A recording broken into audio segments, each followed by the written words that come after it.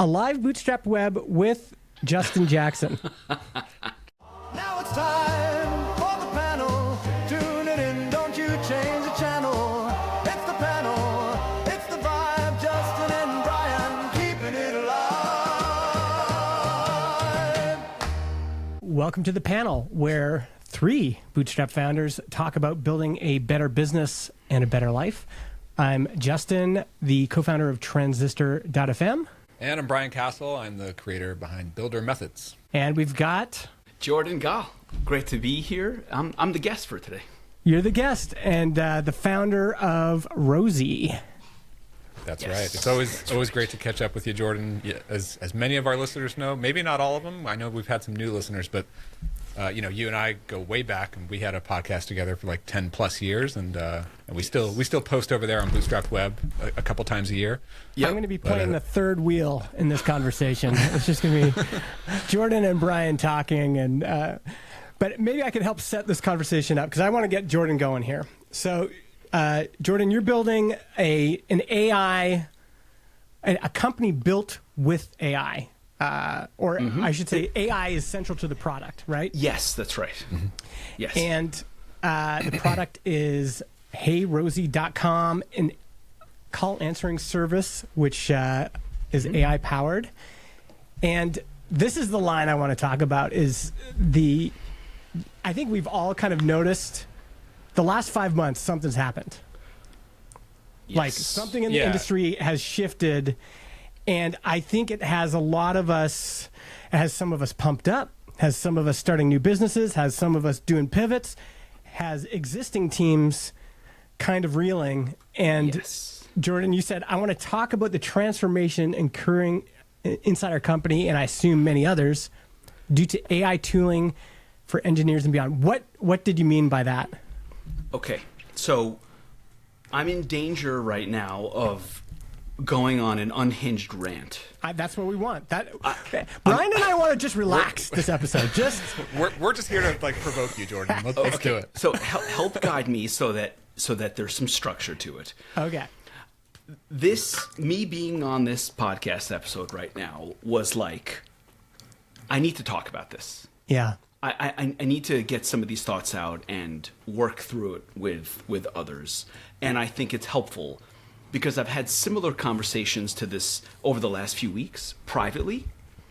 And I think it's helpful to have it out loud in public. Yeah. Okay. I agree. Okay, so here's what happened. Like we'll go to the middle of the story, then we'll go all the way to the beginning, and then we'll go to where we are today. Okay, sounds good. So in December, holiday break, I stepped away a little bit from the day-to-day work, but I'm not really stepping away from Twitter and what's happening in the industry and Slack and everything else. And what helped me get to some form of a realization, something that made me kind of stop and reassess, was the last few weeks of the year. What it felt like happened was that some of the best engineers in the world had a minute to themselves. They had a little holiday time, a little break, and they went to Twitter and they started to share what they were working on, how they were working, and it almost felt like a preference cascade.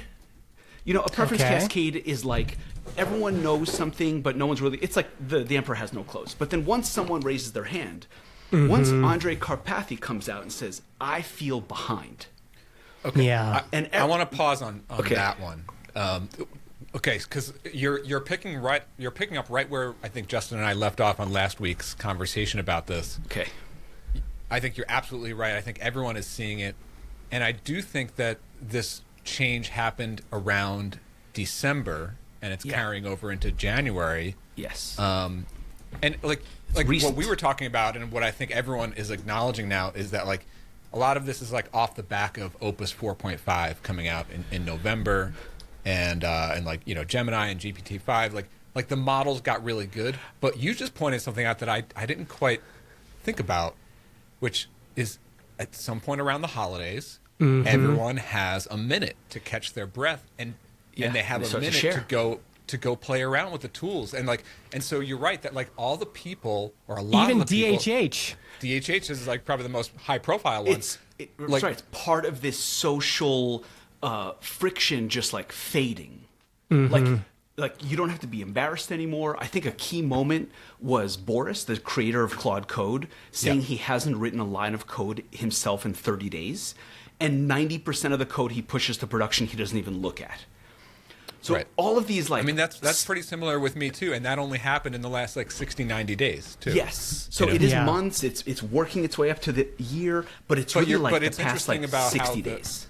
It's interesting how like people had a minute to catch their breath around the holidays, because there was a lot of people who were still so busy with their normal day-to-day business or work, whatever it is, that's a lot of the reason why I think some people were a little bit slower than others to start adopting and start accepting like how good things have gotten just in the last couple months, because they didn't have time to play with it. But it's interesting how the holidays like kind of opened that door a little bit. This line from Aaron Francis, I think, illustrates it perfectly. He just wrote this crazy email newsletter that's just like stream of consciousness. And he said, for a long time, I have thought that AI was moderately helpful when it comes to programming, but not as much as people wanted to claim that it was.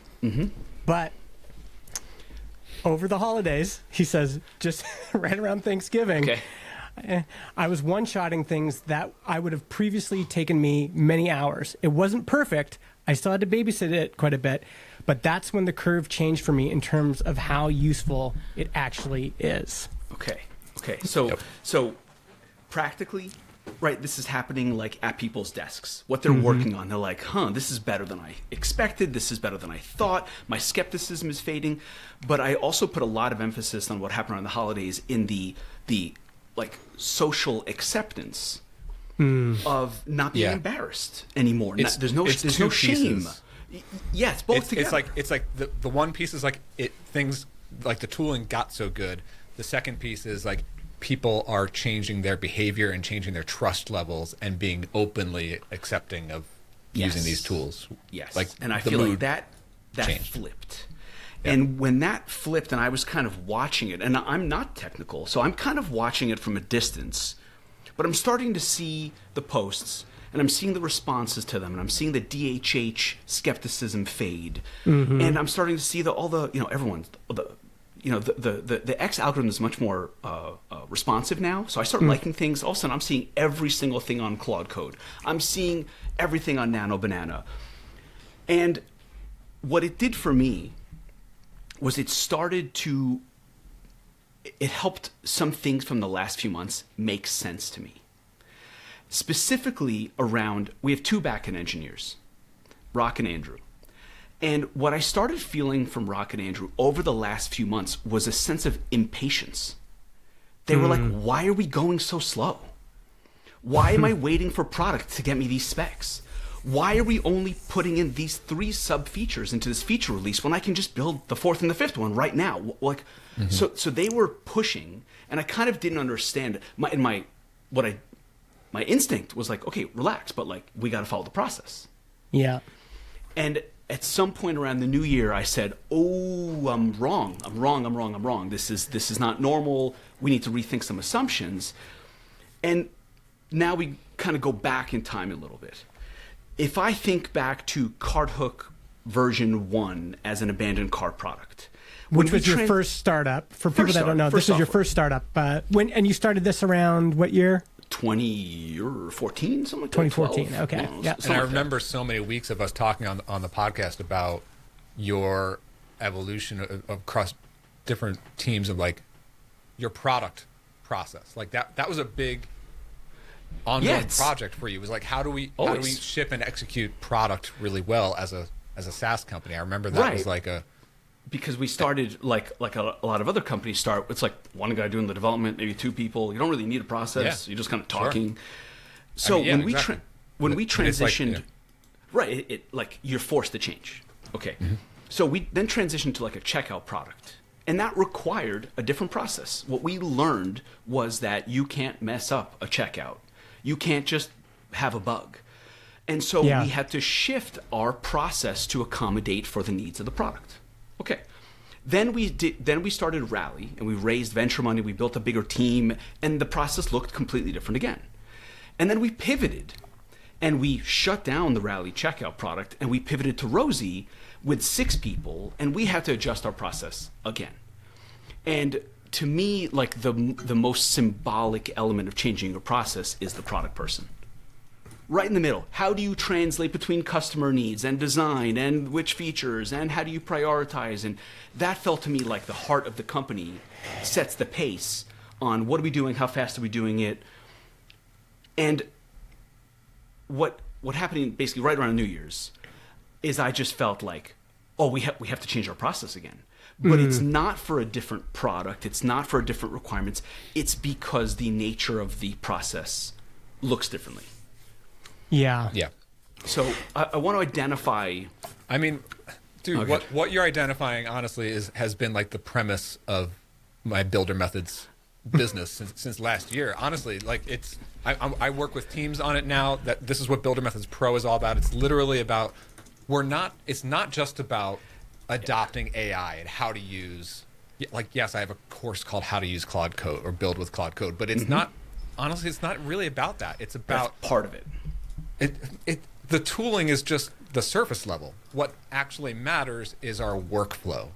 And the workflow can be individual, but more often than not, it's an organizational team workflow. What is changing? Like, that is the true transformation that we all as an industry are going through right now, because these tools are here. They're not going away. Right. So what do you do? Anybody can follow the manual on Claude Code or just use Claude Code to teach you how to use Claude Code. Like, anyone can do that.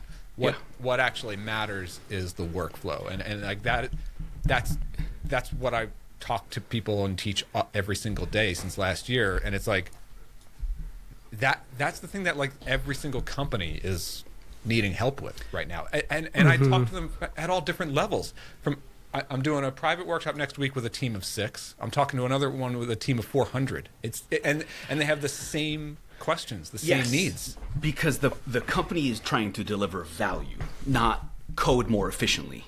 And so the delivery of the code changes. So I want to explain like the initial insight into how things need to change, and then I want to hear what that looks like in your companies or if I'm on the right track. So here's okay.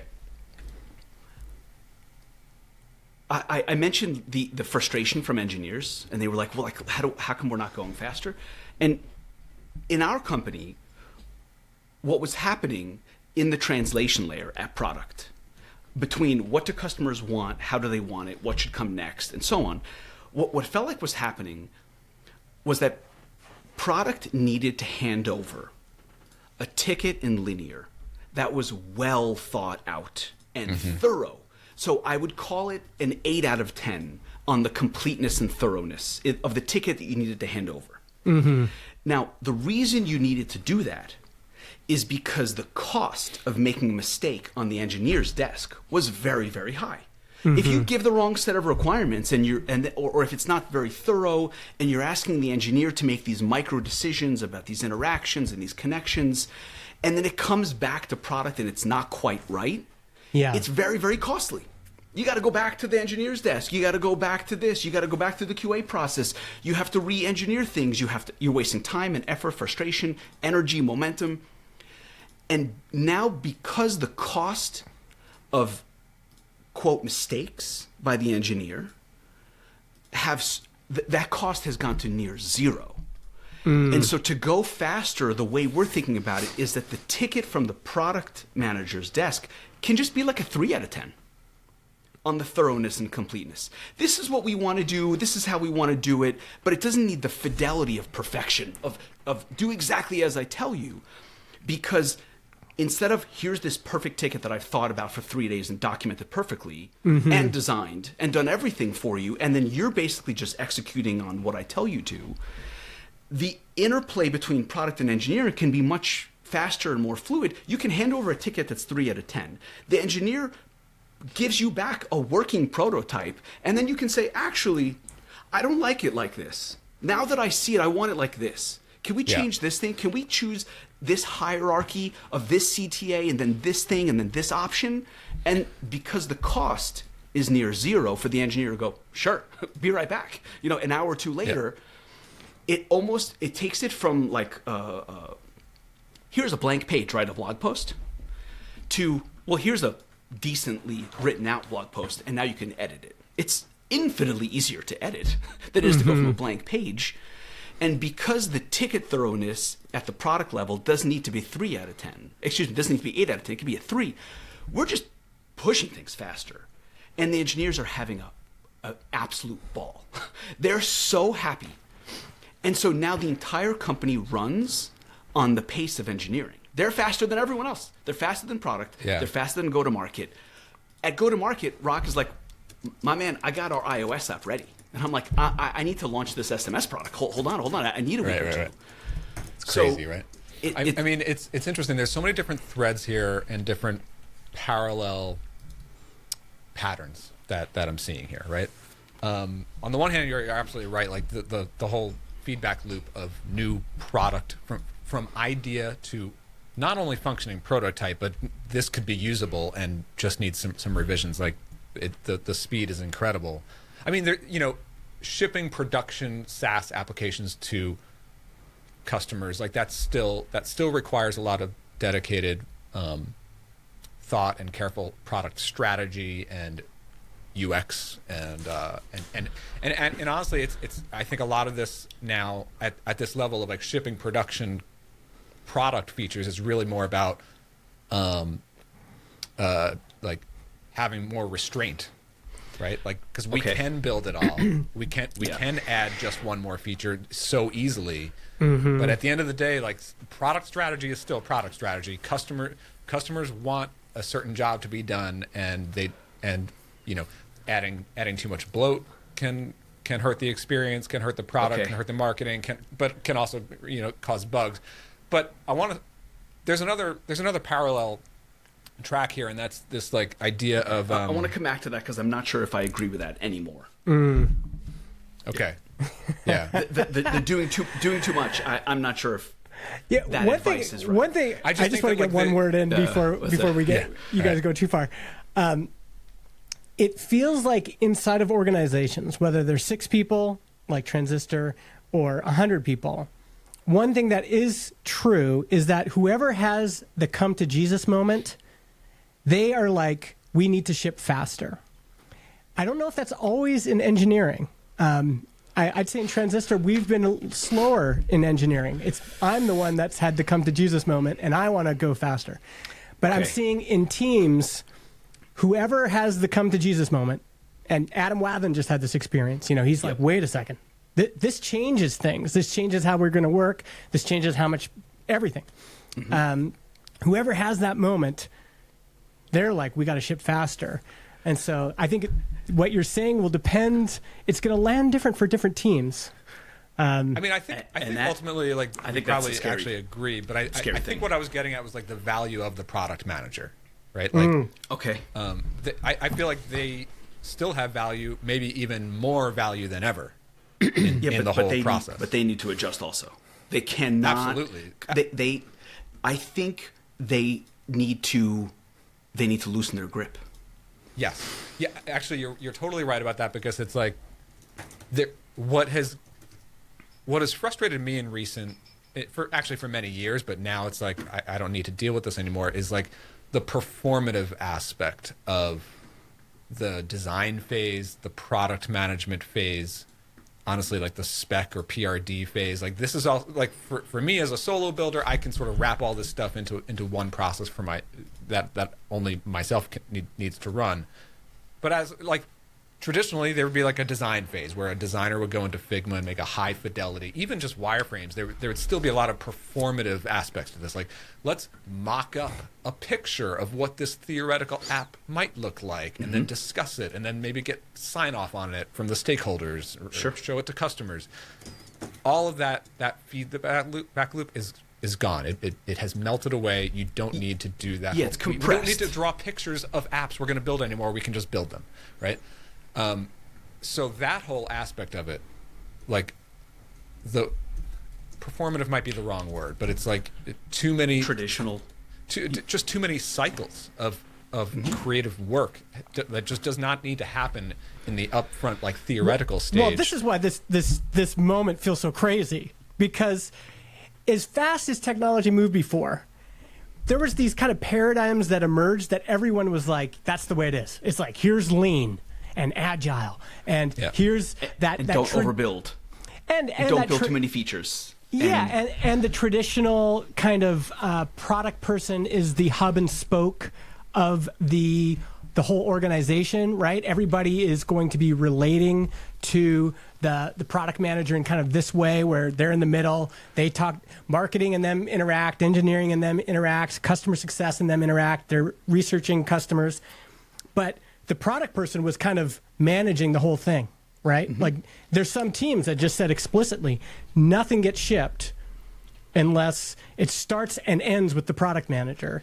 And I think now, not that we're ready to throw all of that out, but there is this like Jordan's saying, like, there's this feeling of like, maybe some people need to loosen their grip. Yeah, it's less control. I think that's right, but I think the other thread here is that product management is more important than ever. And I think that what I mean by that is that, like, product managers and product management needs to get up to the speed of engineering now, absolutely. Yep. But engineers need to adopt the skill of product management. Like, like the only way we are effective practitioners in this new world with AI, like, to me the highest value skill at this point now is product management. Because Yes. the Choosing building what to skill build, who is to build it for. exactly, because Yeah. we could build anything instantly now, near instant. So now it's still, like, more important than ever to know, what are we building, what are we not building, who are we building it for, why does it matter to them, so that we can sell it and make a good business out of this, right? And that's gonna cause some challenges, because if if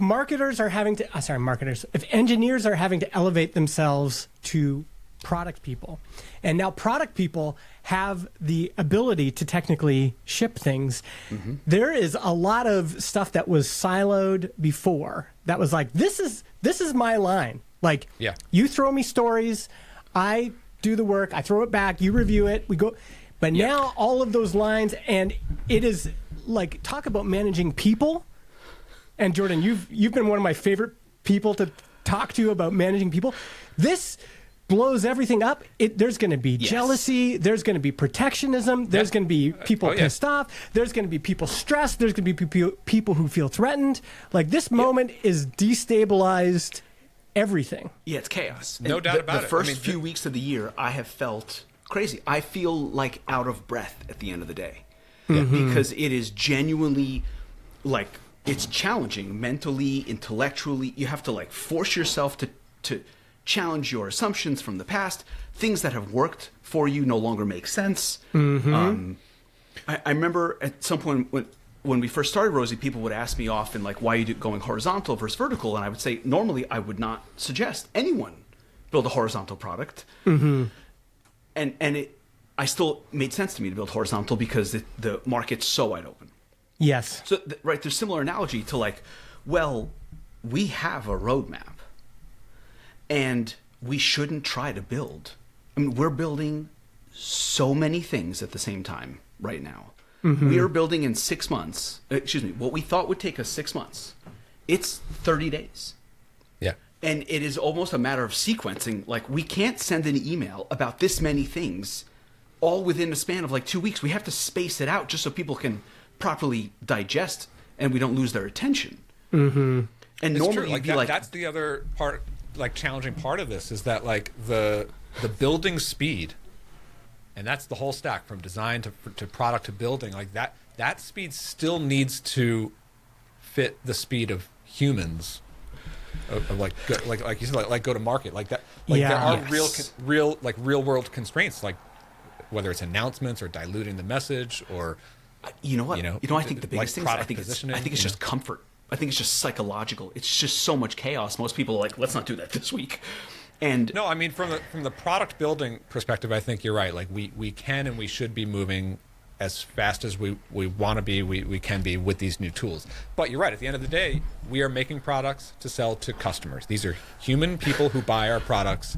Like I can't just come out with like 1,000 new features of my product and expect all of my customers to understand what the hell we're doing if I announce them all on the same day. Like we have to have a rollout strategy to that. Yep. You know, which is a funny thing for engineering to be ahead of marketing for a change. Yeah, everything is flipped. But you know what I think all three of us have been voicing here is it's been like that. This is why it's called disruption. Like this entire industry is absolutely being disrupted. There's just no getting around it. The lines are blurred, and I think that's on the individual level. I think that's at the team level, and just being real. Like if you are unwilling or unable to expand your own skill set. If you're an engineer, if you cannot start to think like a product manager, or if you're a product manager and you can't get on board with how fast engineering can build now, like it's going to be difficult for you. That's right. So, Justin, I want to ask you, you mentioned something about your team internally. Yeah. So January all hands, it was the first Wednesday of the month is when we do all hands. Yeah. And I try to have one main theme. Mm-hmm. So my theme on this one was get ready, get busy. It's not optional.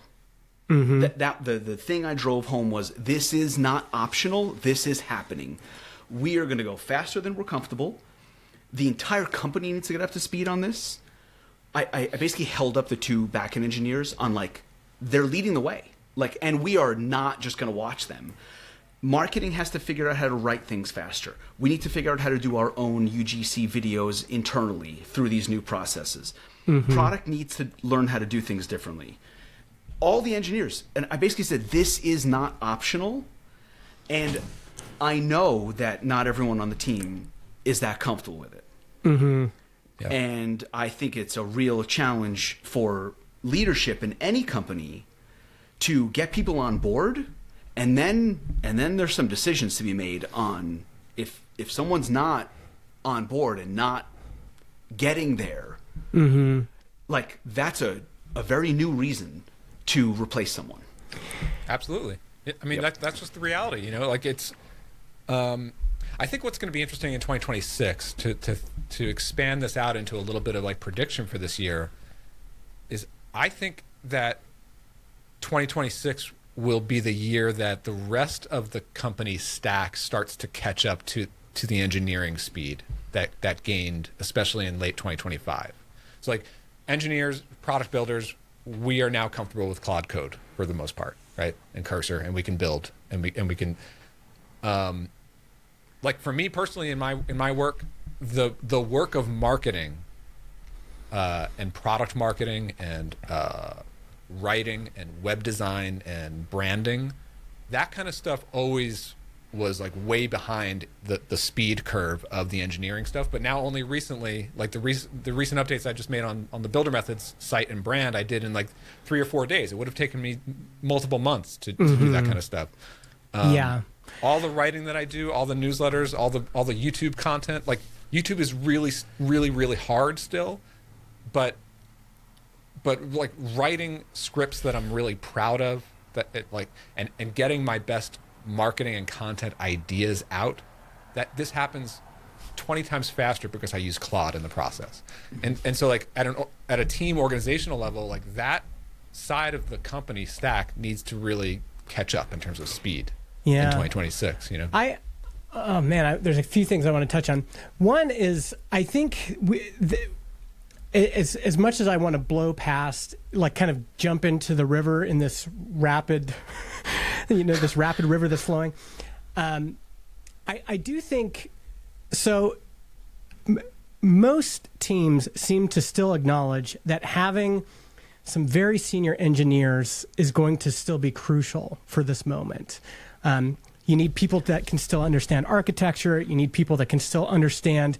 There's still a lot of back-end work, especially a lot of back-end refactoring that still needs some attention.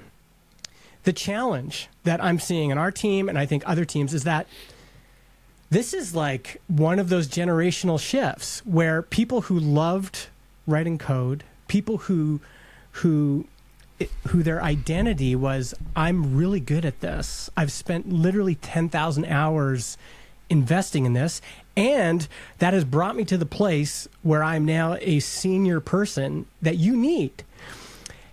But there is, I was talking to John about this. I forwarded him Aaron's email, and he's like, yeah, man. He's like, he can see it, but it's daunting to think about, what does this mean? Especially because in a team with very few engineers, if there's way more code being written, the part that still seems to be quite manual is who's going to review the code and then deploy it. Most senior engineers didn't get into engineering to do that part. I think I do. Brian, think you go ahead. And that I want to talk about Rock's experience with exactly that, like senior developer. Well, this is what I'm getting. I don't know Rock so well, but I get the sense that he's one of these senior engineers who is ahead of the curve on adopting AI. I admire it so much. I'm so impressed. What I mean by that is like he went over the hump. He started to get into a place where he didn't write that much code because he was so senior. Yeah. We had a team. But and now there are he senior is engineers everywhere doing this. Technical god right now. It is insane. It is. This is nuts. I think the mistake that too many people are still making, that they have the wrong impression that like this AI wave is going to wipe out senior engineers, and that is incorrect. The correct way to think about it is the best senior engineers are going to adapt into this new world. And Rock is clearly that's one almost of them. like it's almost like personality and curiosity more so than technical ability, because it's like, do you want to make that shift? I do think it's going to be beautiful. There's this huge range, because people who don't know how to code can now do amazing things. Middle, engineers can now do incredible things, but it's really just up to them on where they want to learn. The senior engineer thing is specifically interesting. Our two engineers are senior, experienced, and there's no way they could be doing what they're doing now in the way that they're doing it without this career that led up to it. Mm-hmm. But it did require a personality of just like, I'm not going to fall behind. I'm going to push so far ahead. And we see it, and now it's almost like a personality trait to hire for, is this curiosity around new tools and new ways to do things. Like, and I cannot emphasize enough how important it is that the engineers are happy, that they're just energized, that they're like, oh my God, my CEO gets it. They're just going to let us run. So Andrew, on one hand, is like, this weekend, I'm going to figure out a way that we have Claude agents running. So when I leave on Friday, when I get in on Monday, a feature is built for me. Yeah. And so he's like, no more days off. Now we have it's not even juniors. We just have engineers building stuff for us over the weekend. And Rock is like, I'll give you a perfect example that really helped me, because it was the last 2 weeks of the year. So all this was swirling around in my mind. We had an e-commerce merchant using Rosie and using a lot of minutes. And when someone uses a lot of minutes, we reach out and we're like, what do you need? Do you need some special stuff? We they used a lot of minutes, and we were like, homie, you got to pay like $2,000, like now, because this is too many minutes. Then we'll talk after the holidays about what your real plan should be. And he was like, charge my card. You guys are amazing. You're saving us an enormous amount of money on our call center. So Rock looked at that and was like, didn't blink at $2,000 a month. Maybe that's interesting. And the guy's like, BRB, and builds a Shopify integration in like 4 days.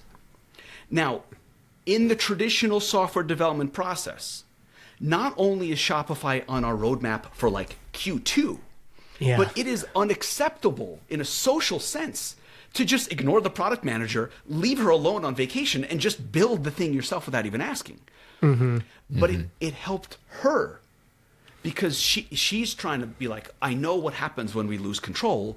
Bugs go crazy, churn goes crazy, everything feels chaotic. But when the engineer comes to you and says, look at this beautiful thing I built. And it took me 4 days. You can't argue with it. And so that really helped her come to terms with, oh, okay, maybe I need to adjust my expectations and process also. Yeah. The challenging thing is going to be how much, because nobody wants to loosen their grip automatically. People traditionally like the way things are. And so like, it's easy, for example, for me to say, well, engineering needs to loosen their grip. But there's lots of stuff that myself as a product person, for example, I'm like, no, I'm not loosening my grip on that. That's too important. Yeah. And there is this is my worry about this situation is as much as I'm like in it, is that here's a perfect example. We've got this new Spotify integration we're just launching. Allows you to add a private podcast to Spotify. Okay. We've been working on it for a long time. I just want to get it out. And I've been trying to communicate the whole time, like, here's where we are. It takes lots of testing to get this right, lots of communication with the Spotify team. It's a pain in the ass. Their API doesn't work sometimes. We fix everything. It's ready to go. And Helen in customer success says, can we just do a call first to review it before we launch it? And inside I'm like, fuck, no. I want to ship this thing. I want to go fast. I want to move fast. Why? Why do we need to do that? Do the call. And at first I was like annoyed. I was like, I don't want to do this. As soon as we get on the call, I realized, whoa, wait a second. Actually slowing down here, there's some value here. Okay. They identified like 3 or 4 things. There are still people in the loop here that need, yes, from how are we going to support customers on this? Who cares? How does this matter to our strategy? Ahead. Yeah. And also, the biggest challenge is, in a way, I don't want everybody in the organization writing code and issuing PRs because, first of all, someone has to review all that stuff. Second of all, there's just a lot of bad ideas. And this was one of Jason Fried's big thing is like, he's like, you don't have to talk about every idea. You don't have to prototype every idea. You don't have to. But now when you can prototype every idea and every single urge you have, and when an engineer over Thanksgiving can go, you know what, I'm going to build my 3 pet projects and then assume that we're going to deploy them publicly, it's like, okay, oh wow, we gotta figure this out, you know? Yeah, and fair enough. That's why you're describing like the boundary, or like, you know, you should go fast until things start to fall apart and then you back up a little bit. So you're just identifying there is a line. Yeah. Where you can be too careless and too fast and too sloppy, and that's not good.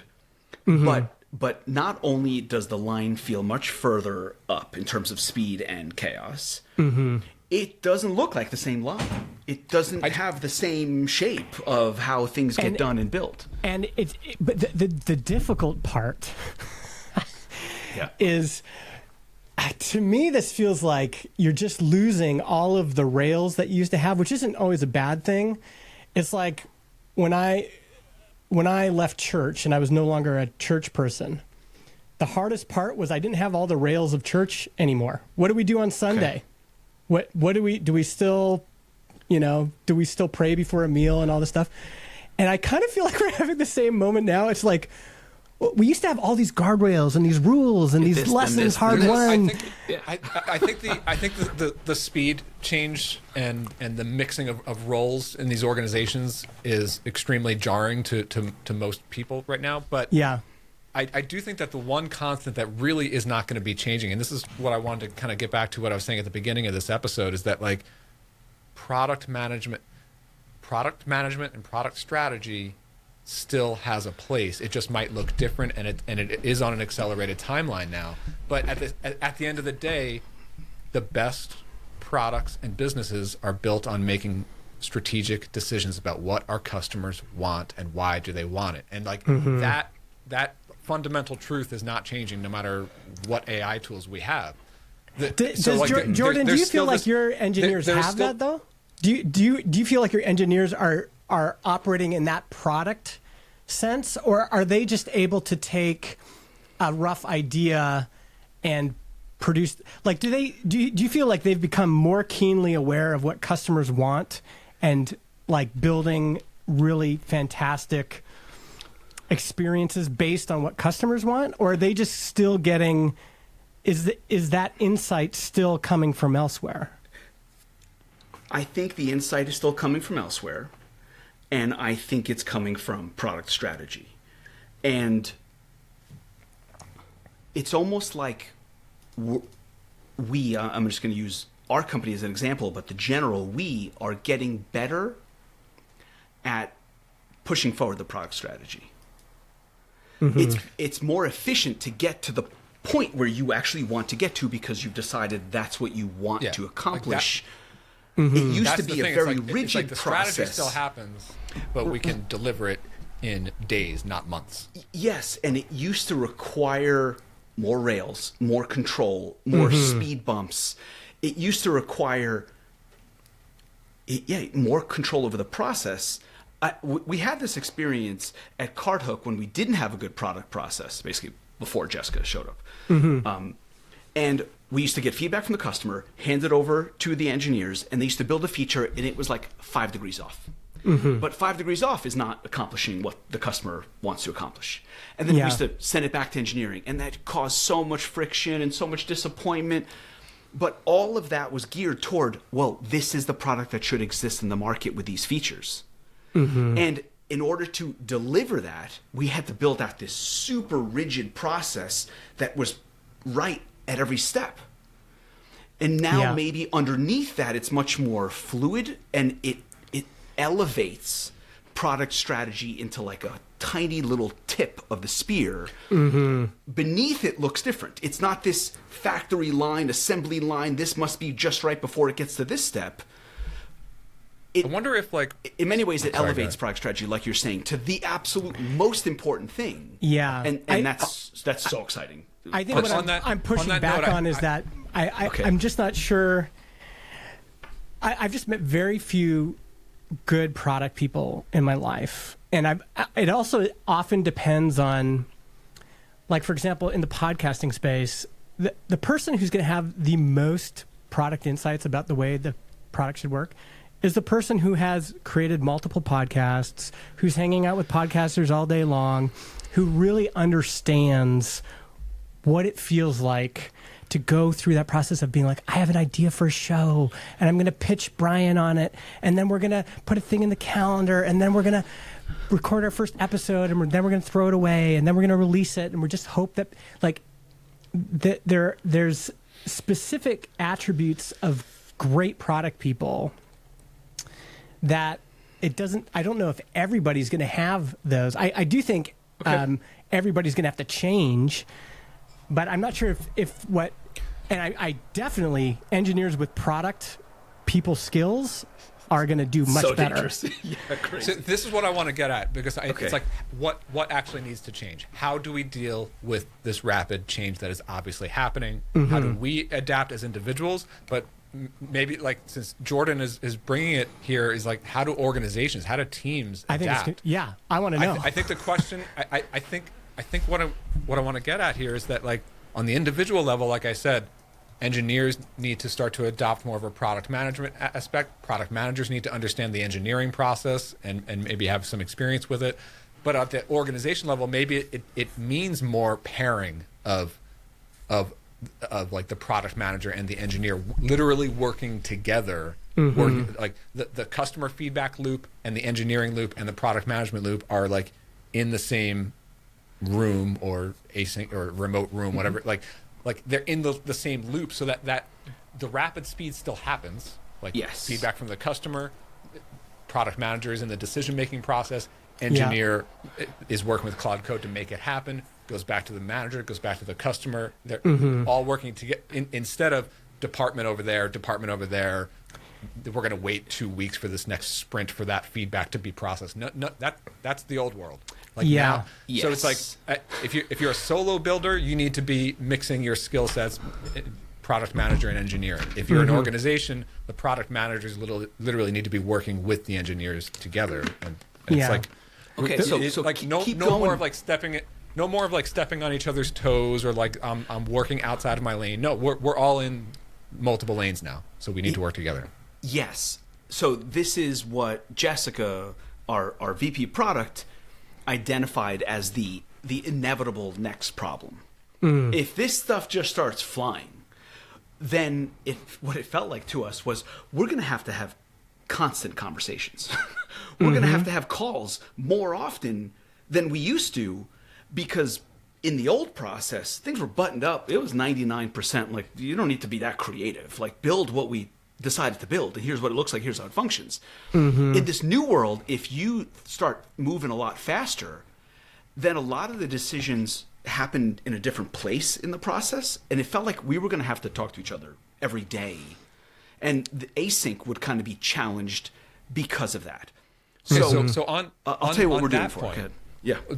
On that point, this is where we come back. There's so many contradictions here, because that's what makes this like disruption so hard, right? Yes. But the thing with that is like, okay, like, yes, we all know we can move so much faster. We all need to be blending roles and working together, and yes, that might result in more like having to manage communication.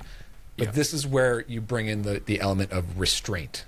Right? Like the best organizations are going to get really good at deploying restraint, because we can build anything so fast. We can cause all this chaos in our Slack channel. But if we have the element of restraint, like, we know what our customers want, we know what this business needs, let's just keep focused on that, like, rather than building everything. Okay. You know, like, and like even like intentionally slowing down the process, because it's like, obviously you don't want to slow down things like, all right, this fix that 5% to get the feature to 100. That can go as fast as we want. But like the next 10 features, like, yeah, we could build them over the weekend, but like, does our business actually need that or want that? You know? Here's my take on restraint, because look, in our internal conversations, we this is like it's a semi-logical progression in these conversations that people like us are going to have, because there's this big thing, but what does that lead to, and what does that mean, and then, okay, how do you adjust to that, right? So it's like this sequence.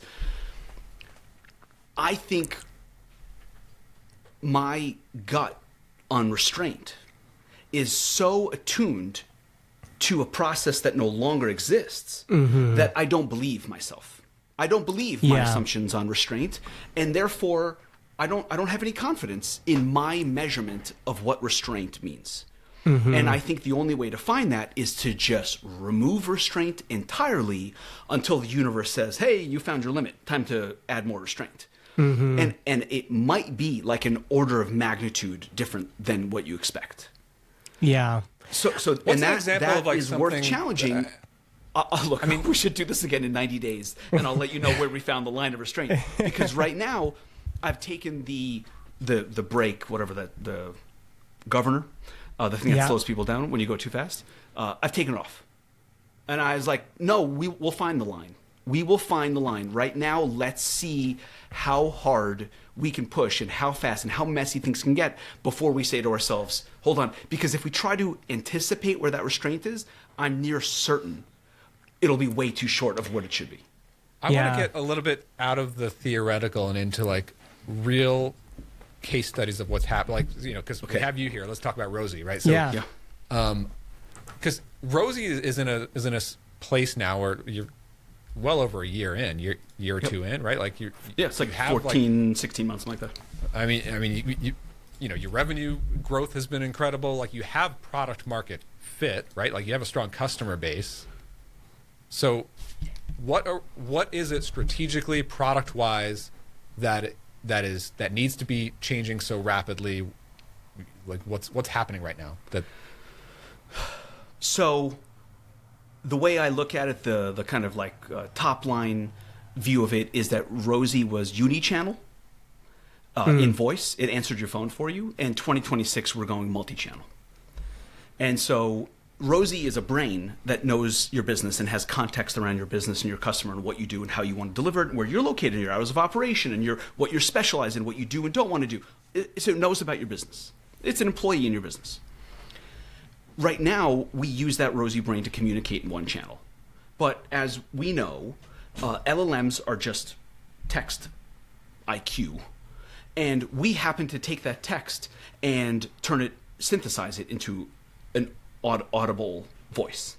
That's it. It's still Literally, the person speaks, we transcribe it into text, we throw it into an LLM, the LLM gives us a response, we take that response and we synthesize it into a voice. It's not that magical. It's magical how fast it is, yes, but it's still just an LLM.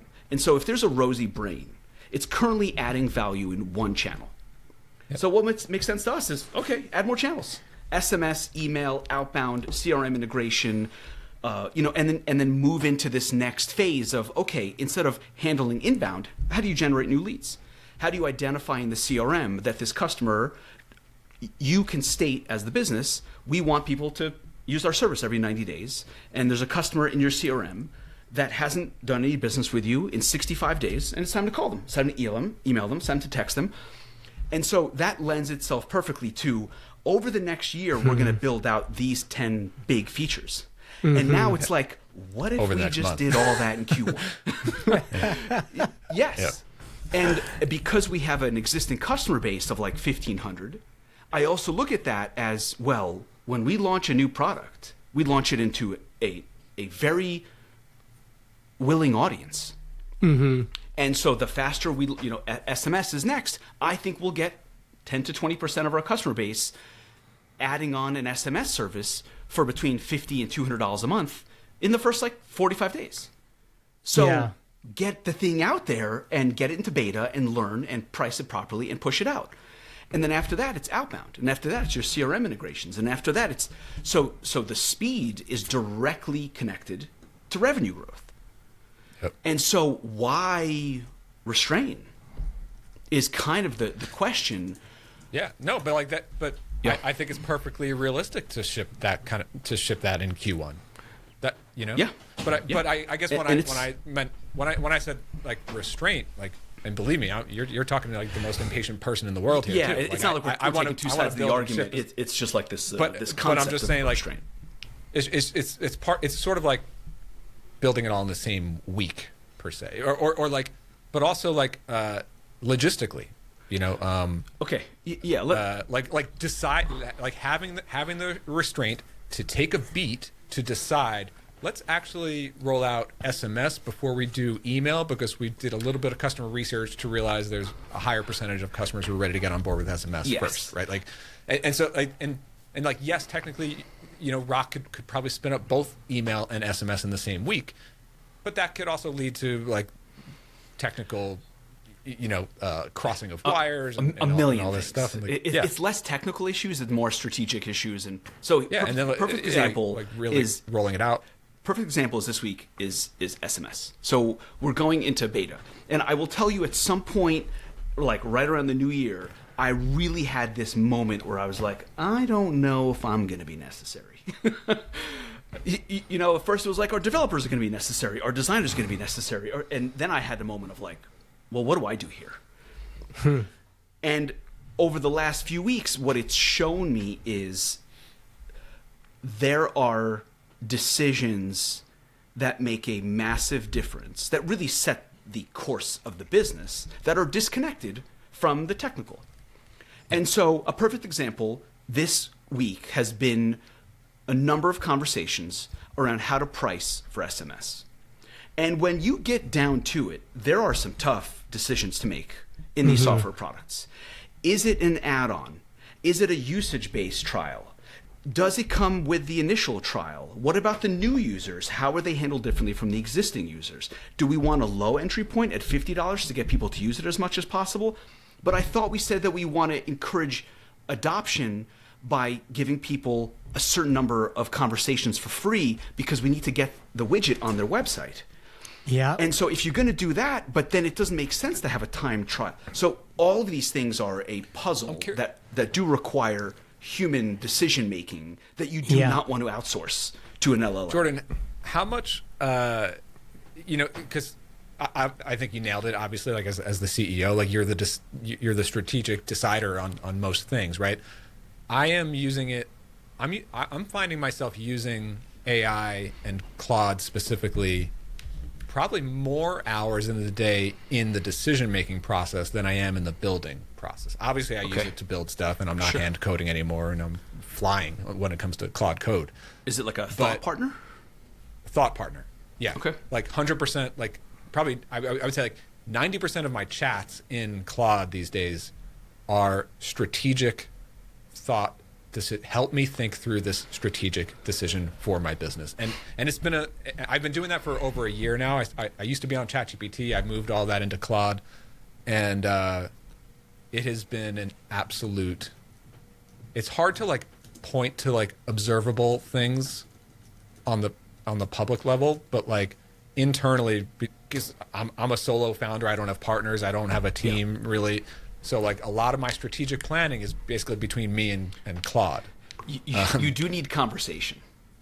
You know, That I don't get anywhere good when I'm by myself. I get to a sense and a direction and a gut, and then you start having conversations with people. And that's what obviously helps. I do a lot of conversations with customers, and I get 1,000 points of feedback from the audience and stuff. But the hard decisions, both creative and strategic, I don't like. It's a core part of my muscle now, and like internal process is to.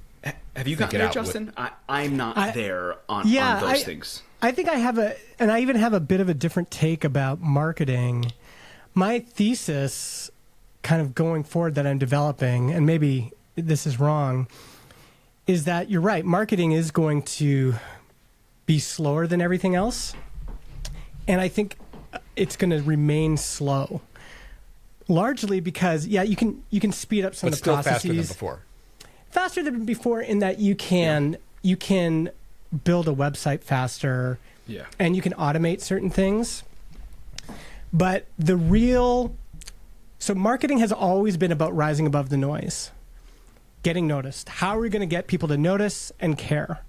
And we've already exposed some of the potential problems here. If we build 10 features in a week and we send an email update to our customers, first of all, we know only 50% will open the email, only 10% will pay attention, and only 2% will try it that time. And that was our announcement. Often, a new feature only gets announced once. So getting communication is difficult. Mm-hmm. Getting people to care is difficult. And all of the tactics, for example, that work in terms of outbound, they're all going to get harder. Yep. Anything that comes out of an LLM, like give me a strategy for Reddit, it's all going to be average, obliterated. I was just listening to. I've started listening to more like Black Hat and White Hat SEO podcasts. Okay, and they're just like. The white hat people are having a terrible time right now. The black hat people are having an awesome time right now. And part of the reason is that all of the channels that used to work and all of the tactics that used to work, they've now just gotten flooded. It's all average. LLMs can tell you this.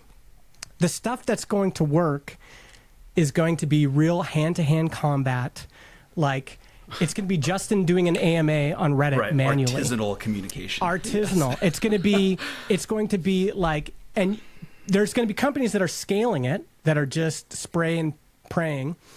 And that flooding of the zone has never worked long term. The startup landscape is littered, like Jason Calacanis in Inside.com. He was like, we're just going to pound Google with every... And it doesn't work. You can't flood the zone in marketing. And the cycles are let me give you a snapshot of maybe the flip side of that. Literally this week. What you see on buildermethods.com right now, what I shipped to the site yesterday, is the culmination of a full week of work, which is also a culmination of like the past year of work. Yeah. And this is like... This is me plus AI working together to get to this end result. Yeah. What I'm trying to describe here is like how I'm actually using it in my marketing process. Yeah. Every single word you see on the page as well as on the product pages is not a one-shot, just like write some copy. Yeah. I spent, entire work days, like 8 hours a day, 3 days a week, three days this week, in deep Claude conversations, saying like, okay, now we're going to go the hero section. Now the section below that. Now we're going to hash through like 10 different options for headlines. I'm going to tell you what I like about option 3, 6, and 7. Now you're going to give me another 10 options. We're going to hash that out 20 more times. Okay, so that is that level of like like just excruciating, like tedious, like getting Work. every sentence right, Effort. Yeah. giving a lot of creative feedback. But underneath all that is that it's happening in Claude. And in Claude, over the past year, I've been having these strategic conversations about my business, about what I'm learning about my target customer, about what their challenges are that I'm observing, and my strategic direction. So Claude itself has all of this underlying memory and knowledge of my strategic direction in my business. Yeah. So when it comes to the week where we're rewriting the copy for the homepage, Yeah, it's not from zero. and for when I'm repositioning the product, it comes from a place of like, this is, I like, honestly, I think it's like so far beyond having a really great copywriter working full time in my company. It's like even better than that level of like An employee that will never knowledge. leave.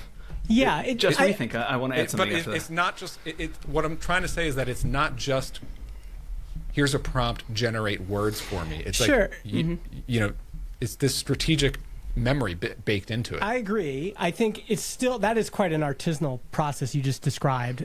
And Claude's going to be a big tool. For sure, there are dozens of my competitors that are using AI to generate headlines and using it to generate articles and using it to generate ads and using it to generate scripts that are all banal and average and will not get noticed. And the things that, in my experience, the things that truly get above the noise floor are the things that are unique, that are really your top of funnel is YouTube. And YouTube, as you mentioned, still takes a lot of time. So Claude is helping with the script. But there is just... But even that, it's like, again, it's like a whole week of like batting it around. That's right. And it all starts with a raw idea, usually just a voice note of like, all right, here's what I want to say. Here's my message that I want to send out to the world. And that is not publishable because it's just me rambling. Yeah. Nonsense. I'll say one more thing, which is I think the both and of this is for sure using Claude the way you've talked about it is going to be valuable. And people are going to have to do that. But for sure, people that are exceptional, like people that are exceptional at standing out, they are also going to do very well. So those people that are just the people that have, for whatever reason, have been good at rising above the noise, and they've got a process for it that may or may not include Claude, they are just going to become so much more valuable. And they will, for example, like if I get Adam Wathan to review my marketing page, he will come up with stuff that I won't get in an LLM. He's just attuned in a way that the average answer I'm going to get from an LLM isn't going to be as attuned as he can be. So it's both and. We can use it for this, but there are just some people that are so exceptional, and that will be part of the stack that contributes to success. I think you're going to need both. And this is why you're going to want to have great people in your organization to get back to that other point of like more conversations. So more conversations with Claude, yes, but more conversations. Like we're now doing a weekly product planning meeting, whereas before we were doing it every month. It's like we're increasing the cadence. Yes. I want to you want to say something? I want to add something on the org front. Okay, I'll go. Again, we got to the same place in our internal conversations, and so what we are doing, because what we talked about at All Hands, the adoption of AI tooling and mindset as not being optional, it's not just for engineering. And if it's not just for engineering, then what we need to do is we need to stop working in AI silos. And so we are adopting a product called LangDoc. And LangDoc and other products like it take the entire company and put it all into one context. And so all of Slack, all of GitHub, all of Claude, all of Linear, all of our email conversations, because like you mentioned, you put work in, Brian. The quality of the output of your LLMs is based on the input over the last year. And so what we quickly realized is, this makes no sense that I have a certain amount of context in my instance of Claude, but no one's benefiting from it. And if we don't adopt this, then we're going to have conversations every day about, well, what did this mean? And why did you do this? And is this right for us? So we need to adopt like a company brain and a company process in an async manner where everyone has the context. And that's like the flattening, the product to engineering to marketing, the fact that it bleeds all over. We need somewhere to be able to see and work across functions so that it's huge. If I'm, right. So if I'm marketing or whatever, and I want to announce a new feature, I need to be able to scan across to see where the engineers are on that feature, where product, what's finished versus not finished, and pull in the features that I know are going to be in V1 into the marketing announcement blog post.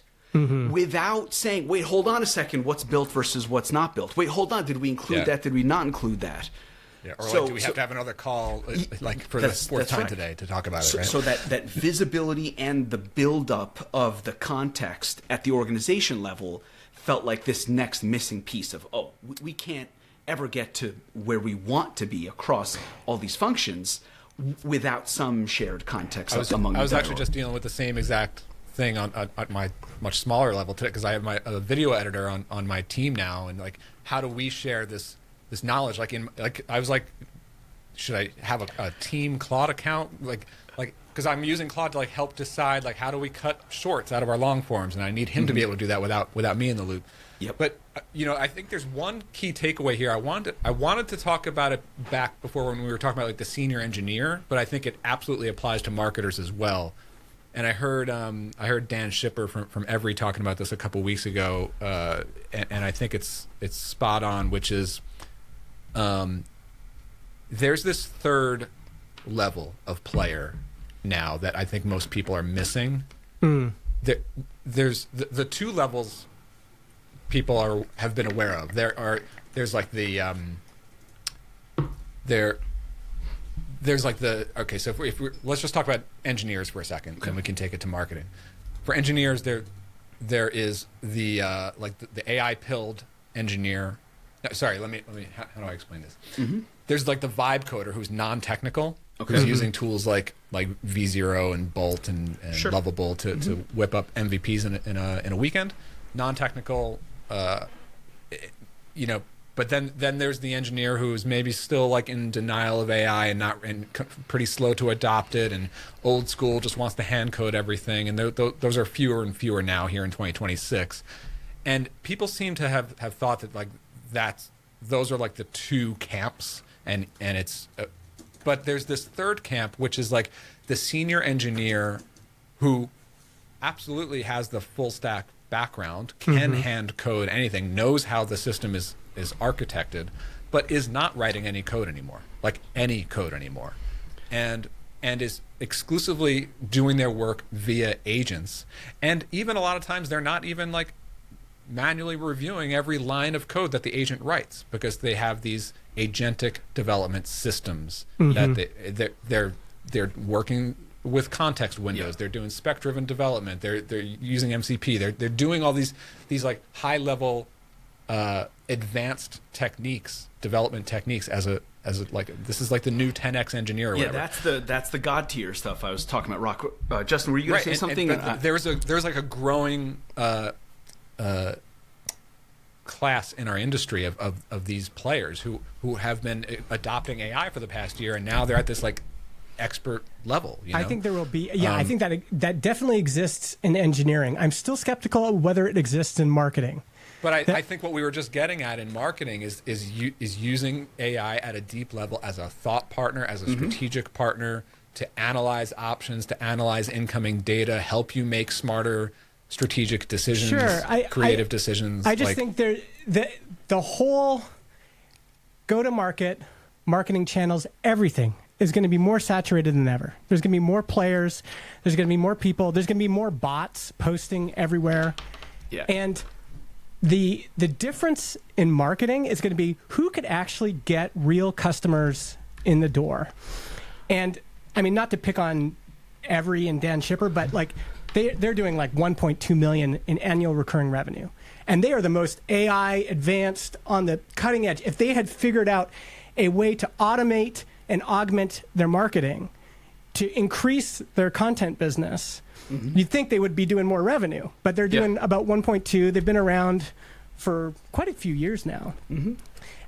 If you look at even at Adam Wathan, so Adam Wathan's just had this massive surge in Tailwind subscription revenue. Yeah, very interesting what story. What broke through? Yeah.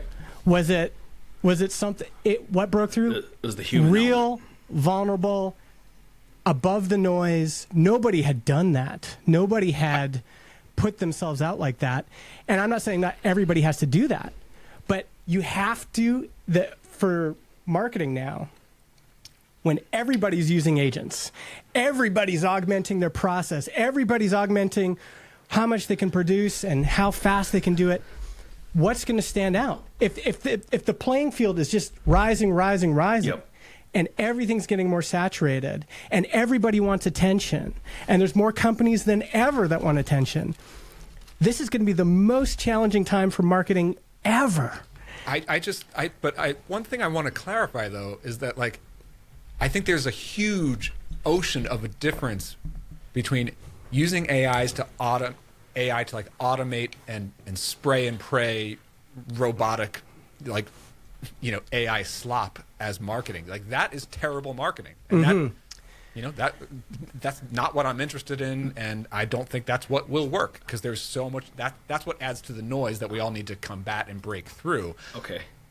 But using AI to create the best connection with real people, using AI to know yourself, your company DNA, your target customer, analyze all the incoming data points. Like an example that I'm using now, I built an app in a week, a couple weeks ago, called Inbox Summaries, right? I use AI to analyze incoming audience research data that I get thousands of replies to the email newsletters, to YouTube comments, I do tons of surveys with my audience. I physically don't have time to read every single one, and I could pick out just 10% of them and read them and maybe get some ideas on what's happening, but that could easily send me down the wrong path. I could get the wrong impression because I'm only able to read 10% of the responses. Yeah.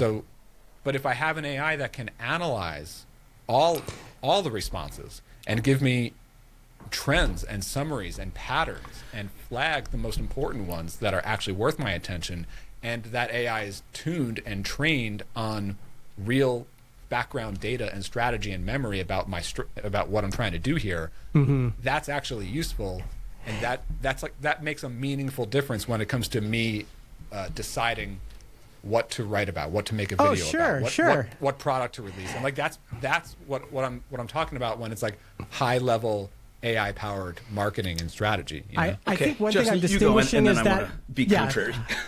One thing I'm distinguishing is I think it will be easier for a certain type of engineer to write more code with AI. Like the 10-time, 50-time increase is clear to me there. The hard thing about marketing is you're trying to get people's attention, you're trying to get them to care, and then you're trying to get them to act. And that's always been hard. It's just even harder now. And I think AI is going to be helpful in a sense, but the other problem with AI, and this has always been a problem with marketing, is that as soon as someone figures out a tool or a process or a way of doing things, so sure, maybe Dan Shipper has a better AI marketing brain than I do. I still think a good marketer is just going to beat those people, because there's still a lot of art to coming up with novel ideas, which AI is not good at. Coming up with novel ideas that break through the noise, and they're the ones that come to you and when you're on a ferry traveling from New Jersey to New York, and all of a sudden you're like, holy shit, that stuff. See, I completely agree though. Is that like I really think it's about these human ideas. And then using AI to get it to a form that's digestible. Oh, yeah, I agree with that completely. That can connect. Yeah. You know, Okay. I've seen these things. Sorry, Jordan, go ahead. Let's let Jordan in here. I've been patient. Yeah. Sorry. Yeah. So I agree, and we're also wrong. Okay. And the only difference now is that the time where you have an edge is shorter. Yeah. But that's it. I think some of it, from your point of view, is happening because you sell to people at the cutting edge. You sell to podcasters, you sell to engineers. Mm-hmm. They are very aware of everything up to the minute. We sell to small businesses in the US. Yeah. Believe me, that shit works. It still works. So Mark Thomas, our fractional CMO, Yeah. he is a machine because he augments his work with these AI tools. So he'll do an interview with me for 90 minutes, and it will turn into 30 emails. And then we have a good email to send out twice a week for the next 15 weeks. And that sounds like slop, but it still works. It's good But content. it came from Jordan's source material, like to a degree. yeah. The leverage is so extreme that it's still using the AI tool in a way that you couldn't do it before. Here's another example. Our advertising is what drives our growth. Mm-hmm. And we just started working with this new agency, and they're awesome. What they're not awesome at is the latest in AI tools. And so when we came to them and we said we want video for top of funnel, they said, great, it's going to be $3,000 for an AI generated UGC video. And I was like, okay, but we're going to do that once, and then we're going to take over the process because that makes absolutely no sense. Yeah. And so when I look at Twitter today and I see a split screen of someone talking, and then on the other screen, it's swapping between celebrities, and it looks absolutely perfect. Perfect. I look at that and I say, I'm going to steal that idea, and I'm going to be the actor. Yeah. And I'm going to deliver the Rosie message exactly how I want it delivered. And then I'm going to multiply that with 15 different looking creators. And that leverage in AI, that is, maybe that's slop, but that edge exists. And it might go away because everyone can do it. It's going to be really easy to do. But I got 6 months of partying. Sure. Yeah. You've kind of illustrated my point in that you saw something and then you're emulating it, and there's going to be more people doing that. The other thing is part of it, the commoditization, everyone catching up more quickly. I mean, I 100%, but not in every market and not instantly. So if something comes out and it's new and you can use it, you have time. Sure. Where Yeah. that edge There's still exists. I think, like, in defense of slop. Oh my God. That's the episode title right there. We got In the defense clip. of Like, slop. no, but like, You got your title for the episode.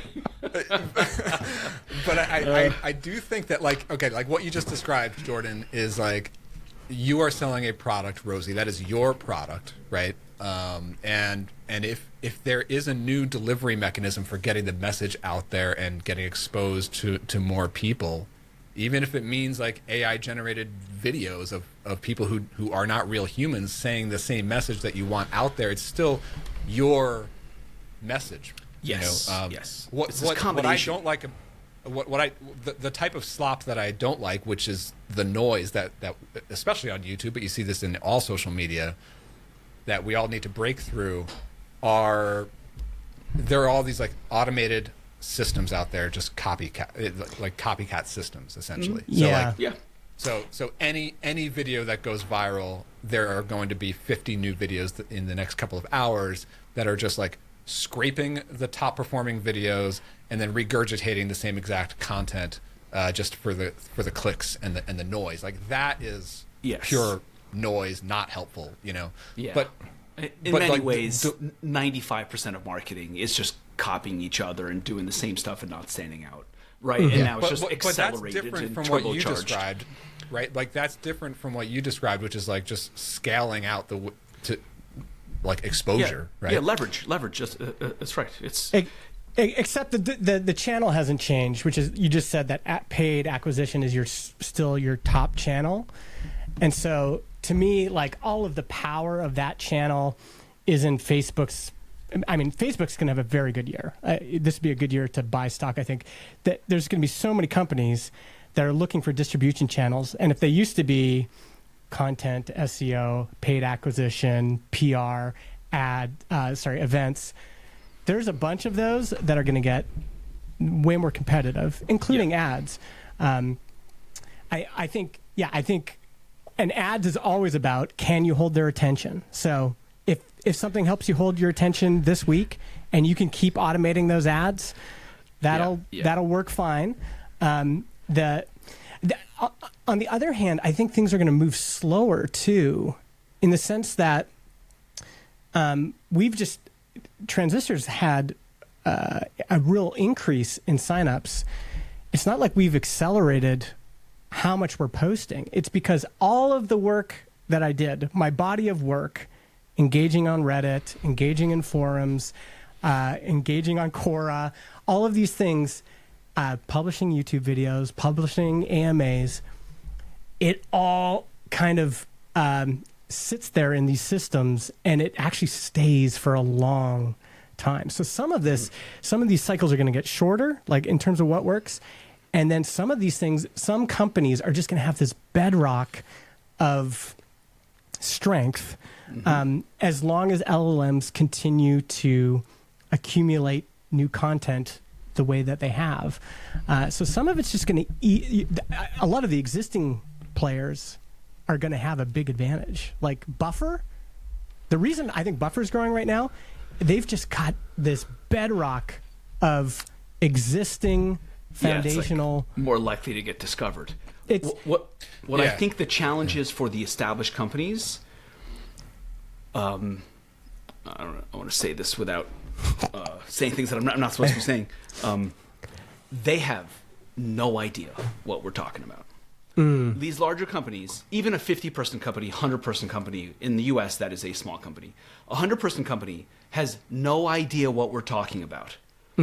Is unequipped to make these changes. It is the difference between a scrappy company being able to move faster is turbocharged. That difference is gigantic.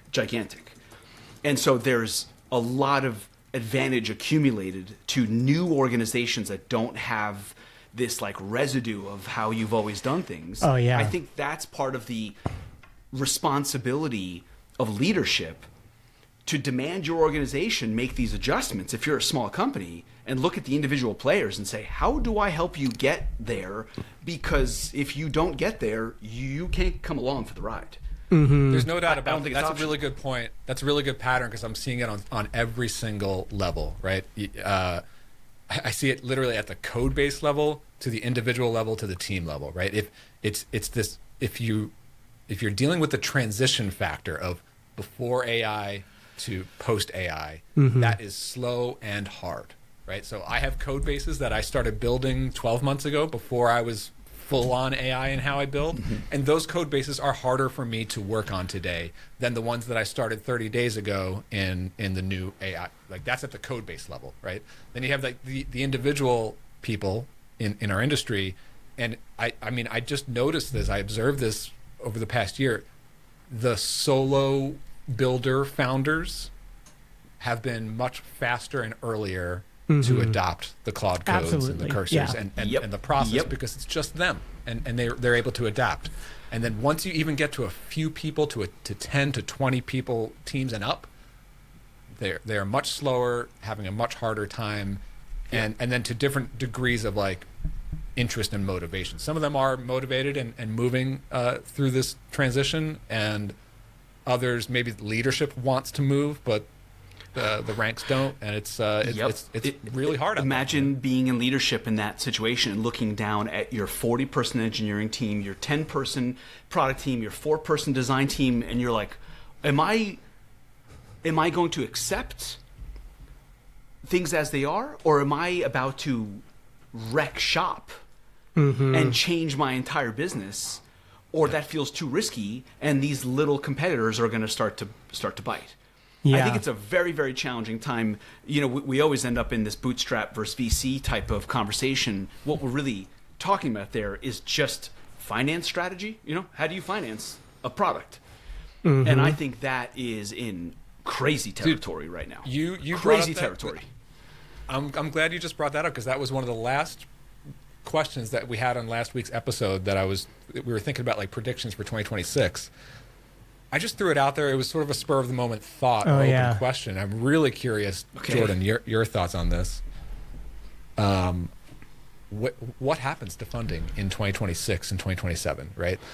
I just can't help but think, like, I just can't make the logical connection to, like, the role of, I guess there are a few cases, but, like, my contention last week was that, like, funding in general is just going to decline as a general need for startups, and there's going to be a resurgence of bootstrapping. Bootstrapping never really went away, but it's going to become more of the default now, whereas before it was like there was always the funded route is a default, and some people also like bootstrapping. Now it's going to be much more rare that somebody's going to seek a funded route when they would first default to bootstrapping. Like, I'm just right, because you can grow revenue faster. So I don't think venture's going anywhere. It's just that the nature of it is, it's always been a game of outliers. That's the only way VC math makes sense. To raise a $300 million fund and then make a bunch of bets, you need gigantic winners, and everything other than the gigantic winners are incidental. They really don't. They don't matter. They don't impact your actual business math. Yeah, I think and that, I guess, like, yeah. Sorry, that doesn't change very much. There are still unbelievable, exceptional winners, more so than ever. 0 to 100 million in ARR in 18 months type of thing is insane and great for the VC industry. Yeah. And I guess that is where VC works, right? It's like if your goal is to take down a huge player, you need. Yes, and VC incentives are weird, and markups are weird, and raising your next fund is weird. So you get these very strange dynamics around products that get anointed as winners. Like Harvey is a great example. Harvey is like a legal AI for law firms, and it kind of got anointed by its VCs, and it kept raising money. And then the more money you raise, the more inevitable the product seems, and so the more law firms think, hey, we got to go with the leader. And it's almost like this manufactured process, and I don't know if that stuff really matters to us. That's just going to go on forever. Because there are weird incentives in VC land, and good and bad, and who cares? It's great. Make money. I'm more interested in, like, the bootstrapper great. Who needs a couple $100,000 to get their thing off the ground. Yes, like, that's the part that I think is problematic right now. I don't really know how to think about it, because it's still tough to do things from zero. If you're bringing $25K of your own money into the bank account, to the business, that's a slog, man. It's real hard. It's just hard no matter what. I still see the case now for like this fund the founder or founders, but funding a team, we have agents now. If you're starting from zero, if you are starting a new idea today, you and or a technical co-founder are going to build your thing. But you need funding to, like, get out of your job. But you need some money, though. Yeah, it's and you need more than you think you need. Yeah, you need to do some marketing and stuff. But, like, the number of dollars required and the amount of time, and also if we're funding our time, the amount of time we've been talking about it all night here. Like, we don't need a whole year anymore. We need a month to build it. Yeah, but you still need to grow revenue, right? And that takes time, so you can build faster. The real challenge is, where does the money come from? And where the money comes from is directly connected to the business model of the money. So tiny seed is interesting because they don't require gigantic exits. And that to me feels like a much healthier approach to financing small software companies right now. You almost need like a private equity mindset where 3x your money is great, as opposed to 100x or zero. It doesn't matter, because if I started something brand new, man, I wouldn't want to go from zero. You still want to raise $1 million, $2 million, hire a small team and get rolling, and then you can make a big push and you can make a lot of progress. But if you raise $2 million in a seed round, you're either screwing your VCs or you're lying to them, because that $2 million should get you to profitability, should get you to fast growth if you hit product market fit. But if you don't raise the next round, it doesn't fit into the model. It doesn't make sense.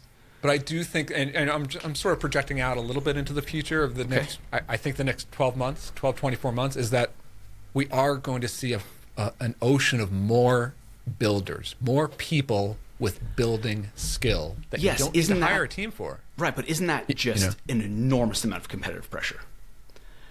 And more competitive pressure means less likely for a gigantic outlier outcome. So why should I give you my $2 million as a seed round when if you're onto something, you're going to have 100 competitors 6 months from today? See, I think this is another. I think you're right about that, but there's this layer that people are missing about the.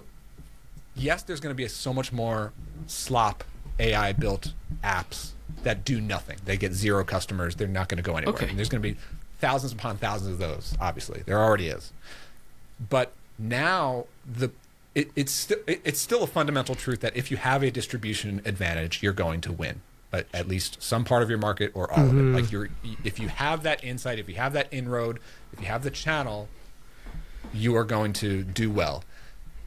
So now all the people who have the distribution channel, who have the random niche industry insight that nobody in the world knows about except for this person who works as a elevator repair operation industry that nobody would know, but there's like a huge industry there that needs to be served with software that only this person knows, and they happen to know everybody in that industry. Okay. Before now, they would have to hire a developer. They would have to hire an agency. They would have to partner with a technical person to get that done. Yes, and they would have to seek funding probably to do all that. But also that person, even if they had funding, even if they knew that they needed to build an app, they didn't have the know-how, what kind of stack do I need? Who do I need to hire? Who should I talk to? I had this literally the exact scenario you're describing. Someone introduced me to someone from an industry. I don't want to give anything away because they were private about it. But exactly, they've been working in this industry for 10 years. They have an idea based on a very, very painful problem that they have themselves every day. They know a bunch of people in the industry. They talk to people they work with in the industry. If you solve that, I will pay you. Right? All like the classic elements of the raw material to build a product that makes sense. Yep. So he's coming to me and is like, all right, what should I do? How do I go hire developers? How do I start building stuff myself? And then the real question is, how do I finance this thing? Because it still costs a lot of money to stop what you're doing and work on this thing and then get it off the ground and market it. And it's still at least 6 months of effort without making your income. And then you probably have to hire some people. So you need money. You need somewhere between $100,000, $1 million, depending on kind of your approach. And that used to be, in my conversation with him, what I told him was, do not raise a seed round. Because if you raise a seed round, you will have the money, but then you will be in the wrong environment to be successful, because I don't think what you're talking about is going to be $1 billion company. But if you can sell for $20 million, my man, you did it. You should be beyond happy. Yeah. So what did you recommend? What did you recommend in terms of funding then? What did you recommend in that situation? I told him it's real tough right now. I told him to look for money that wants a normal return, not a VC return. This is kind of the tiny seed. It's kind of the closest thing. It's almost like PE. It's almost like you need someone to look for a reasonable return. Yeah. If I give you $250,000, or let's just say $1 million, and I'll own 20% of the company, and you build it for the next 18 to 24 months, and you sell it for $10 million, we should both be really happy. Mm-hmm. But under most circumstances, given either bootstrap or VC, if you bootstrap, it's really tough to have the money to build it. And if you go VC, then it makes no sense to sell your company for $10 million. Yeah. I could see investing in something like that, especially for acquisition. Like I said, I think Facebook's going to have a very good year. So why do you need the money, right? Like Transistor was started, John and I each put $5,000 in and then just sweated it out. And it was hard, but we did it. But now if you're looking to get customers, and a big channel available to you is paid acquisition, you do need some money for that. And in the old days, VC would say, well, we're going to give you a bunch of money. You're going to just destroy. You're going to be first on the block. You're going to get, you're going to gain all the market share, and that's going to be, and we're going to get our exit. But you're suggesting now that maybe VC won't be the route. You're going to have to find that money from somewhere else. I mean, at the end of the day, there is still the option of get your money from your customers. Get to revenue 50 times faster than people could have done it a year or two ago. Because we live in now, because this is 2026, and people can spin up rough vibe coded MVPs. I know our industry hates to hear this, and most people still disagree with it. And look, I'm someone who highly values a full stack background and systems mindset and building quality products. But look, the reality is, if you have access to a distribution channel and a unique insight to deliver value to a customer base, you are fully capable of learning how to build a basic app that can get you to 10, 20, 50K MRR in a matter of weeks or months. I agree. Maybe it means you're going to rebuild it in a couple months, but like, although the both and here is that's true, Brian. But now I'm starting to think, because in my head I was like, oh, and I'm saying like 99% of the vibe coders will never come close to that. But there's the 1% who have the distribution. Well, here's I was kind of feeling like angel investing is going to be dead, because I was like, who's going to, again, I was thinking along your line of like, who's going to want to fund something like that? If you got an idea, why don't I just go build it? Like if the cost of building and time is just that small, and you're coming to me with the idea stage and you don't have a good distribution channel, maybe I'll just build it. But I could see if somebody came to me, there's very few good ideas that come to me anyway. But if someone came to me and said, listen, I got this great idea. I built the prototype. We just need customer acquisition. I think if I get, $500,000 in Facebook ads, I think this thing could really fire. Then as an angel investor, that's an interesting opportunity, because your window to getting your money back just got a lot shorter. Then it's like, well, I could help you spend $500,000 right now. See if you can make a big splash in the market. But if that person built a prototype, right? So they vibe coded a prototype, right? It works. It could be used to solve the problem. Okay. How hard is it to talk to 20 target customers and get your first $5,000, and then take that $5,000 and plow it into your next Facebook ads that gets to 100 customers? I just think it's going to be hard to get. You're forgetting the amount of courage required to do that, because you've done it so many times. That is a 99% will never do that. That's right. I mean, that's this game. We've always known that, right? Yes. Yes, but it's still a challenge if you have a good idea and you have industry experience and you know what to do, and now the tooling is available to you to solve the problem more directly and faster. It is still a strange problem on what to do and how to go about it if you want to build a company that makes revenue and gets profitable. It is a nice business. Like a year ago, I was offering that's success. If you go out and raise money from VCs, that is not success. So I think that the probability of a VC funded company succeeding was already small, and now it is like minuscule. It is even harder to win in that game. It's easier to raise money, it's easier to grow, it's easier to build, and much, much harder to win. Like, I think like the no code tools, the Zapiers, the bubbles and stuff, which was like, that's been around for years. And like a year ago when I was offering that like MVP, build you a Rails app in a month service, a lot of the clients that came my way were people who no coded as a Zapier solution and got some early customers and wanted to then hire me to build it for real, right? But those people were like in the super minority of like semi-technical enough to be able to use Zapier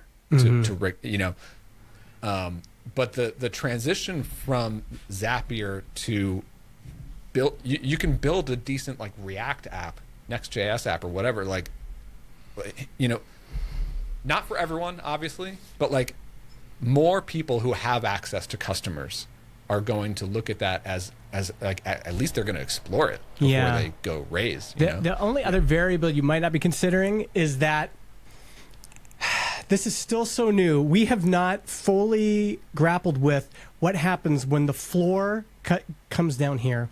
So how many new people are coming online right now as competitors, all at the same time, all competing for the same customer? I think that's going to be the interesting thing to see where this shakes out. Is it's going to be, and that's where you might want some money, because then it might be like, hey, listen, like I know that this influencer's building this influencer's building this, and I'm the influencer building this. Who's going to win? Well, first to market, and whoever makes the biggest splash and grabs the market share the fastest will win. So there might be scenarios now where it's just everything's moving faster. I think that's true. I think that part of it is absolutely true. It's so much harder. It's literally the same prediction we had a year ago, which was like SaaS is going to get harder because it's so much more competitive. It is every year. And I do think about that a lot now, where it's like if you're starting any sort of like small app, like like a productivity app, a to-do list app, or even stuff like accounting apps and stuff like that, like unless it's like going to, I mean, all the time now, like when I have a need for an app, I'm constantly thinking like, should I just code this, or should I go trial 3 or 4 different project management tools today? What I really like is I like selling to non-technical people in this environment. Yeah. And I think the most obvious thing to do right now, if you're an entrepreneur, is just build a services business that helps people bring AI into their companies. There's so much demand for it. And the gap, it's like the gap between what you know and they know is so big.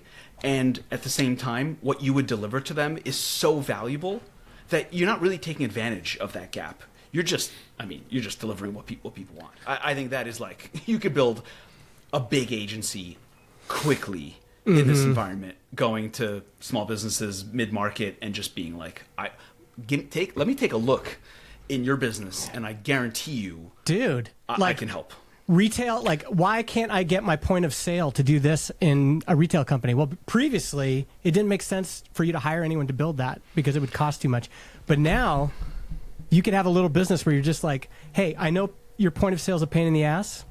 Let me help you. Let me help you do that. This is how individuals are valuable in this new economy. It's like builders, honestly. Like I really think I've thought this for a long time. I think it's going to start to really be a reality in the coming year and years. Is like every business, every small business, is going to have builders inside it and they did not have builders before. And like, yes, they're still going to buy SaaS tools, they're still going to hire solutions, they're going to hire outsource things and services, but like to be competitive in no matter what size or industry you're in, internally people are going to have like technical AI skills to build internal tools all the time. It's just going to be more and more prevalent. It's like more surface area in the job market, for sure. All right, I think we should wrap it. That was good. I mean, that hopefully, Jordan, that was helpful. You got some. Did you get to process some of what you wanted to process there? I think for me, the most impactful thing is that our conversation flowed in a very similar, like, logical sequence as we felt internally, because when you open one door, it's like inevitable that you reach this next door. Well, okay, then how do you handle this? And how do you handle this? And another good opportunity right now is to be a coach or a team leadership transition professional that can just, because I think what you kind of opened up is that teams everywhere are feeling some version of this. And we're seeing it in the chat. Like, some people are like, listen, my team, we're way over here. No one's adopted AI because enterprise privacy, and we don't know what to do. And over here, it's like, yeah, the engineers are skeptical and they're worried about the quality. And then over here, somebody, like, you could have a counseling business that just goes around and just says, okay, we're going to figure out brand new paradigms for this era. And then you can do that every month because it'll change every month. Yep. I mean, I talk to people from teams all the time through builder methods, and it is, and you know, having Jordan here on the call, it just really shows how much harder it is in the team situation than the individual. Like, obviously, like there's like individuals are making their own transition, their own adoption of different tools, no matter which job or role you're in. But it is so much harder and more complicated when you need your team to be working together and adopting and transitioning at the same time. Like that's literally, like I'm working with a team this month on exactly that. Like it happens all the time now. But that feels like that's the biggest unlock. The first unlock happens at your desk as an individual, and then when you can make that click in an organization and everyone has leverage. That's what, like when I look at my projections and I look at like, you know, what do I want to do the next 3 years? We want to get to 10 million ARR. I'm like, I don't think I need that many more people. It's just how do you amplify everyone's role and everyone's unique abilities, and how do you just 10x each person's leverage in all these different directions.